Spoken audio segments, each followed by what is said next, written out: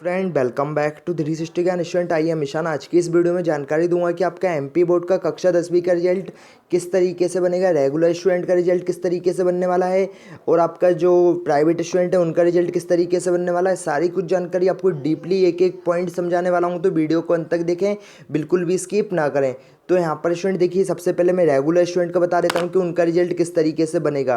तो यहाँ पर सबसे पहले जरूरी बात जान लीजिए स्टूडेंट, आपका जो रिजल्ट बनता है वह आपका 80+20 के रूल पर बनता है। मतलब आपके जो 80 नंबर होते हैं वे आपके थ्योरी सब्जेक्ट के होते हैं और आपके जो 20 नंबर होते हैं वे इंटरनल मार्क्स आपको स्कूल की ओर से दिए जाते हैं। और आपके जो 20 नंबर होते हैं स्टूडेंट वे आपके सभी सब्जेक्ट में मिलते हैं, चाहे वह आपका हिंदी हुआ, अंग्रेजी हुआ, साइंस, सोशल साइंस, गणित और आपका संस्कृत, सभी में आपको 20 नंबर दिए जाते हैं। पर इस बार क्या हुआ है कि स्टूडेंट आपकी परीक्षाओं को कैंसिल कर दिया गया है कोविड-19 के चलते।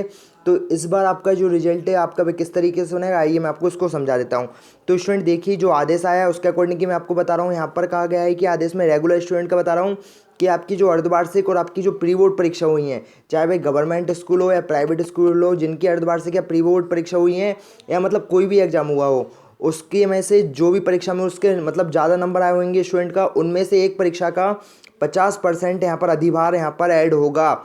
मतलब 50% मार्क्स आपके ऐड होंगे। अब आपको मैं आगे एग्जाम्पल के जरिए भी समझाऊंगा। 50% आपके इन दोनों में से एक परीक्षा का यहाँ पर ऐड होगा और उसके बाद आपके जो 30% मार्क्स होंगे ऐड स्टूडेंट आपके में फाइनली जो आपके यूनिट टेस्ट हुए थे उसमें यहाँ पर ऐड होंगे 30%। मतलब आपके जो टेस्ट वगैरह हुए होंगे स्कूल में उसके 30% मार्क्स यहाँ पर ऐड होंगे और उसके बाद आपका जो आंतरिक मूल्यांकन होगा उसके स्टूडेंट आपके 20% मार्क्स होंगे।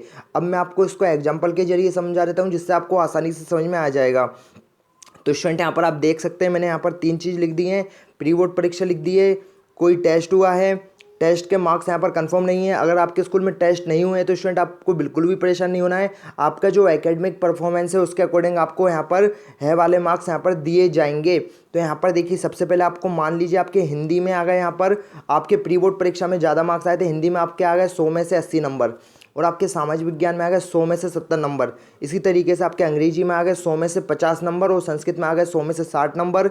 वहीं आपके गणित में आ गए 100 में से 50 नंबर और आपके विज्ञान का पेपर होता है 80 का, तो इसमें आपका 80 में से आपके 40 नंबर। तो अब स्टूडेंट जैसा कि जो आदेश आया है उसके मुताबिक कहा गया है कि 50% अधिभार, तो यहाँ पर आपका जो 80 नंबर आए इसका 50% ही ऐड होगा। तो आपको यहाँ पर 40 नंबर मिल गए, इसका 50% 35 नंबर, इसका 50% 25 नंबर, इस तरीके से इसका 50 नंबर 30 नंबर, इसका 50% यहाँ पर आपका हो गया 25 नंबर और आपका जो विज्ञान का है यहाँ पर इसका 50 नंबर है, 50% हो जाएगा स्टूडेंट 20 नंबर। तो इस तरीके से स्टूडेंट आपको 50% अधिभार मिलेगा। भाई अगर आपके स्कूल में मान लीजिए कोई टेस्ट वगैरह हुए हैं स्टूडेंट, देखिए टेस्ट अभी कंफर्म नहीं है कि कितने मार्क्स के हैं। बहुत से स्कूल तो ऐसे हैं जिनमें टेस्ट भी नहीं हुए हैं, तो उनको एकेडमिक परफॉर्मेंस के आधार पर 30% मार्क्स दिए जाएंगे। तो मान लीजिए आपके स्कूल में टेस्ट हुआ है 100 नंबर का, तो इस स्टूडेंट मान लीजिए आपके टेस्ट में आए 100 में से 70 नंबर, 100 में से 60 नंबर, 100 में से 50 नंबर, 100 में से 40, 100 में से 30, 100 में से 50, इस तरीके से आपको नंबर दिए गए हैं। तो जैसा कि आदेश में कहा गया है कि इनका 30% अधिभार, तो मैंने इनका 30% निकाल दिया स्टूडेंट। यहाँ पर आप देख सकते हैं 30% निकाल लिया सबका। इसके बाद स्टूडेंट देखिए होगा क्या कि आपका जो मैंने 30% निकाला है और आपका जो मैंने 50% निकाला था, मतलब इसका और इसका, इन दोनों को ऐड कर दिया जाएगा। तो यहाँ पर आपके टोटल नंबर आ गए कितने, 61 नंबर हो गए, 53 हो गए। यहाँ पर इन दोनों को ऐड करने पर आपके 40 नंबर आ गए। इस तरीके से आपके यहाँ पर संस्कृत में 42 नंबर आ गए, गणित में आपके 34 नंबर आ गए, इस तरीके से आपके 55 नंबर आ गए। तो इस बेसिस पे स्टूडेंट आपको थ्योरी में मार्क्स दिए जाएंगे। अब बात आती है कि आपके जो 20 नंबर हैं वे आपको किस तरीके से मिलेंगे। तो स्टूडेंट देखिए, उसको भी मैं समझा देता हूँ कि आपको जो इंटरनल मार्क्स है वह किस तरीके से मिलना है। तो स्टूडेंट देखिए, जैसा कि रूल में कहा गया है कि आपका जो आपको 20 नंबर, जो आपके 20 में से नंबर मिलना है आपको वे किस तरीके से मिलेंगे। तो स्टूडेंट यहाँ पर मैंने इनका जो आपके जो मार्क्स आए थे इंटरनल मार्क्स, आपके जो थ्योरी में मार्क्स आए हैं, इसका मैंने यहाँ पर 20% निकाल दिया है। तो 20% निकालने के बाद स्टूडेंट यहाँ पर आपका जो फाइनली यहाँ पर है मार्क्स यहाँ पर आपको मिल जाएंगे सभी सब्जेक्ट में। मतलब आपके जो थ्योरी नंबर आए हैं उसका 20% निकालने के बाद आपको यहाँ पर जो मार्क्स आ रहे हैं वे आपको फाइनली इंटरनल मार्क्स यहाँ पर दे दिए जाएंगे। तो इस तरीके से स्टूडेंट आपका फाइनली रेगुलर स्टूडेंट हमारा रिजल्ट बनने वाला है इस तरीके से, और एमआर सीट में इन मार्क्स को अंकित कर दिया जाएगा। जैसा कि आपने आदेश में देखा होगा कि आदेश में कहा गया है कि अगर स्टूडेंट के किसी के 80 में से 100 नंबर आते हैं तो उसका यहाँ पर 16 नंबर जोड़े जाएंगे। मतलब यहाँ पर 80 का 20% जोड़ा जाएगा।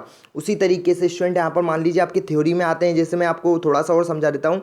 आपके थ्योरी में आते हैं, हिंदी में 61 नंबर आते हैं, तो इसका यहाँ पर मैंने 20% निकाला, तो यहाँ पर आपके 20 में से 12 नंबर आ गए।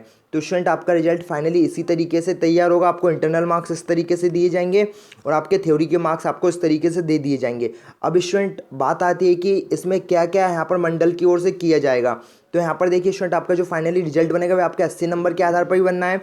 अब मैं आपको आदेश की ओर लेकर चलता हूँ, जिसमें आपको काफ़ी सारे जो पॉइंट हैं उनको मैं थोड़ा और समझा देता हूँ। तो यहाँ पर कहा गया है कि प्रत्येक विद्यालय का विगत 3 वर्षों के औसत अंक मंडल द्वारा शालाओं को उनके एमपी ऑनलाइन के लॉगिन में उपलब्ध कराए जाएंगे। 3 वर्षों में से सर्वश्रेष्ठ औसत साला के लिए बेंचमार्क अंक होंगे, अर्थात वर्ष 2021 में साला के औसत अंक 3 वर्षों के औसत अंकों के सर्वश्रेष्ठ से 2% से ज़्यादा नहीं हो सकेगा। उदाहरण स्वरूप यदि किसी साला का विगत 3 वर्षों में सर्वश्रेष्ठ औसत अंक 72% है, तो इस वर्ष साला द्वारा प्रदत्त समस्त छात्रों को समस्त विषयों में प्रदत्त अंकों का औसत 72-74 तक होना चाहिए। मतलब स्टूडेंट, इसका मतलब है कि इसका आपके जो मार्क्स दिए गए हैं उससे कोई लेना देना नहीं है। ओनली इसका मतलब है कि आपका जो रिजल्ट बनेगा, मतलब साला का रिजल्ट देखा जाएगा। आप भले ही प्राइवेट स्कूल से हो या गवर्नमेंट स्कूल से हो, उनका आपका जो रिजल्ट देखा जाएगा वह आपके पिछले साल का आपका जो स्कूल का रिजल्ट रहा है उसको देखा जाएगा कि भाई कितना परसेंट है। मान लीजिए आपका 2019 का रिजल्ट देखा जाए, 2020 का रिजल्ट देखा जाएगा कि आपके स्कूल का कितने परसेंट रहा था। 2019 का रिजल्ट देखा जाएगा और आपका 2018 का रिजल्ट देखा जाएगा कि इन वर्षों में रिजल्ट कितना रहा था। जिस भी वर्ष में आपका रिजल्ट ज़्यादा रहा था उसके अकॉर्डिंग फाइनली आपका स्कूल का रिजल्ट यहाँ पर बनेगा। उसमें स्टूडेंट इतना सा फ़ायदा आपको मिलने वाला है कि मान लीजिए आपके स्कूल का 2020 में रिजल्ट बना था आपका 70%, तो यहाँ पर आपका इस बार रिजल्ट 72% बन सकता है। इससे ज़्यादा आपका रिजल्ट नहीं बनेगा स्कूल का। आपका मतलब जिस भी साल स्कूल का रिजल्ट सबसे ज़्यादा होगा इन तीनों सालों में से, उस साल में आपको 2% यहाँ पर और इंक्रीज़ करके आपका फाइनली स्कूल का रिजल्ट बन जाएगा।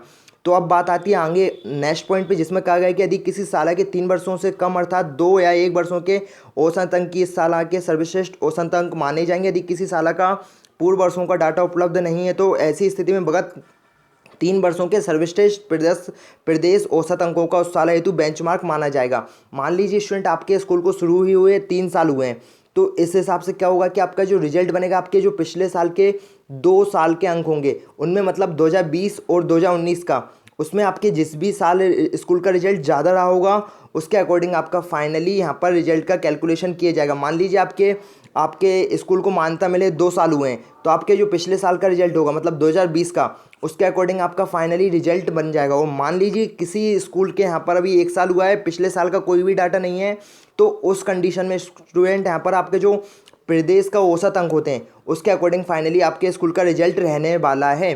तो स्टूडेंट, आप समझ गए होंगे कि आपको फाइनली किस तरीके से स्कूल का आपका रिजल्ट बनेगा। मतलब इनसे ज़्यादा आपका रिजल्ट आपका नहीं बनने वाला है। पिछले साल में से आपका जिस भी साल रिजल्ट रहा होगा उसमें 2% का इंक्रीजमेंट करके आपका फाइनली रिजल्ट तैयार हो जाएगा। मतलब मान लीजिए अगर आपके पिछले साल रिजल्ट 70% रहा है, 3 साल में सबसे ज़्यादा रहा है, तो आपका रिजल्ट 72% से ज़्यादा आपका रिजल्ट स्कूल का नहीं बन सकता। तो यहाँ पर स्टूडेंट आप समझ गए होंगे सारी कुछ जानकारी।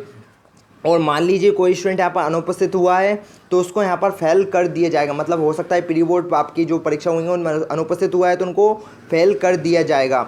और जो स्टूडेंट यहाँ पर पास है, यहाँ पर मतलब पिछले साल ओनली पास आए तो उनको 33 नंबर दे के यहाँ पर पास किए जाएगा। और यहाँ पर देखिए आपको प्रैक्टिकल की भी यहाँ पर बताई गई है कि सर्वप्रथम समस्त छात्रों के समस्त विषयों के प्राप्तांक का योग करें। प्रायोगिक भाग लेने वाले विषयों में प्रायोगिक परीक्षा के अंक जोड़ते हुए प्रत्येक परीक्षार्थी को 100 में से अंक प्रदान करें। इस प्रकार तथा प्राप्त संख्याओं को साला की कुल संख्या से भाग डिवाइड दें। तो स्टूडेंट यहाँ पर आपका फाइनली देखिए यहाँ पर सारा कुछ यहाँ पर बता दिया गया है।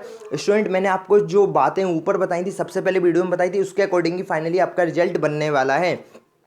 अब यहाँ पर कुछ OMR सीट से रिलेटेड बातें हैं कि मॉडरेशन वगैरह किस तरीके से इंप्लीमेंट होगा, यहाँ पर बोर्ड की तरफ से क्या होगा, और जो समस्त विषयों में अनुपस्थित रहने वाले परीक्षार्थियों को अनिर्दिष्ट घोषित किया जाएगा तथा अगले सत्र में पुनः परीक्षा में सम्मिलित होना होगा।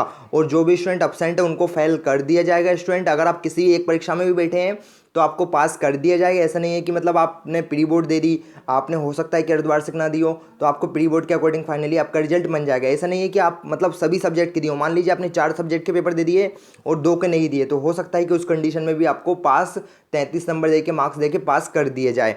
अब बात आती है कि हमारे जो प्राइवेट स्टूडेंट होते हैं उनका रिजल्ट किस तरीके से बनेगा। तो यहाँ पर स्टूडेंट देख सकते हैं प्राइवेट स्टूडेंट का क्लियर लिखा है कि चूंकि स्वाध्याय छात्र है तो आंतरिक मूल्यांकन का प्रबंध नहीं होता है। ऐसी स्थिति में हाई स्कूल परीक्षा 2020 में सम्मिलित होने वाले समस्त स्वाध्याय छात्रों को न्यूनतम उत्तीर्ण अंक 33 अंकित करते हुए मंडल द्वारा अंक सूची जारी की जाएगी। तो स्टूडेंट आपको पता है कि जो हमारे प्राइवेट स्टूडेंट होते हैं उनको इंटरनल मार्क्स नहीं मिलते, मतलब 20 नंबर नहीं मिलते हैं। तो इन सभी स्टूडेंट को फाइनली 100 में से 33 नंबर दे के पास कर दिया जाएगा। सबसे बढ़िया बात यहाँ पर है कि यदि कोई नियमित या स्वाध्याय परीक्षार्थी अपने अंक प्रणाली से असंतुष्ट है तो भविष्य में आयोजित परीक्षा में सम्मिलित हो सकेगा। इसके संबंध में मंडल द्वारा भविष्य में नीति तय की जाएगी। मतलब मान लीजिए आप रेगुलर स्टूडेंट हैं, प्राइवेट स्टूडेंट हैं और आप अपने रिजल्ट से खुश नहीं होते हैं, आपको लगता है कि आपके कम परसेंटेज हैं, तो ऐसे कंडीशन में स्टूडेंट आपकी परीक्षा भी ली जाएगी। आपकी जो परीक्षा होगी उसके स्टूडेंट अभी मैक्सिमम चांसेस हैं कि अगस्त में होगी, अगर आप अपने रिजल्ट से खुश नहीं होते हैं तो। फाइनली स्टूडेंट आपको मैंने सारी कुछ जानकारी डीपली एक एक पॉइंट समझा दिया है कि आपका फाइनली रिजल्ट किस तरीके से बनने वाला है। इसी तरीके से स्टूडेंट आपका रिजल्ट बनेगा। आपके मन में अगर कोई भी डाउट्स है, कोई भी सवाल आता है तो आप मेरे को इंस्टाग्राम पर पूछ सकते हैं। तो फिलहाल स्टूडेंट आज की इस वीडियो में इतनी ही कुछ जानकारी, तो आई होप आपको यह वीडियो पसंद आया है। वीडियो पसंद आया तो वीडियो को लाइक कर दें, शेयर कर दें और चैनल पर नए तो चैनल को सब्सक्राइब कर दें। जय हिंद, जय भारत।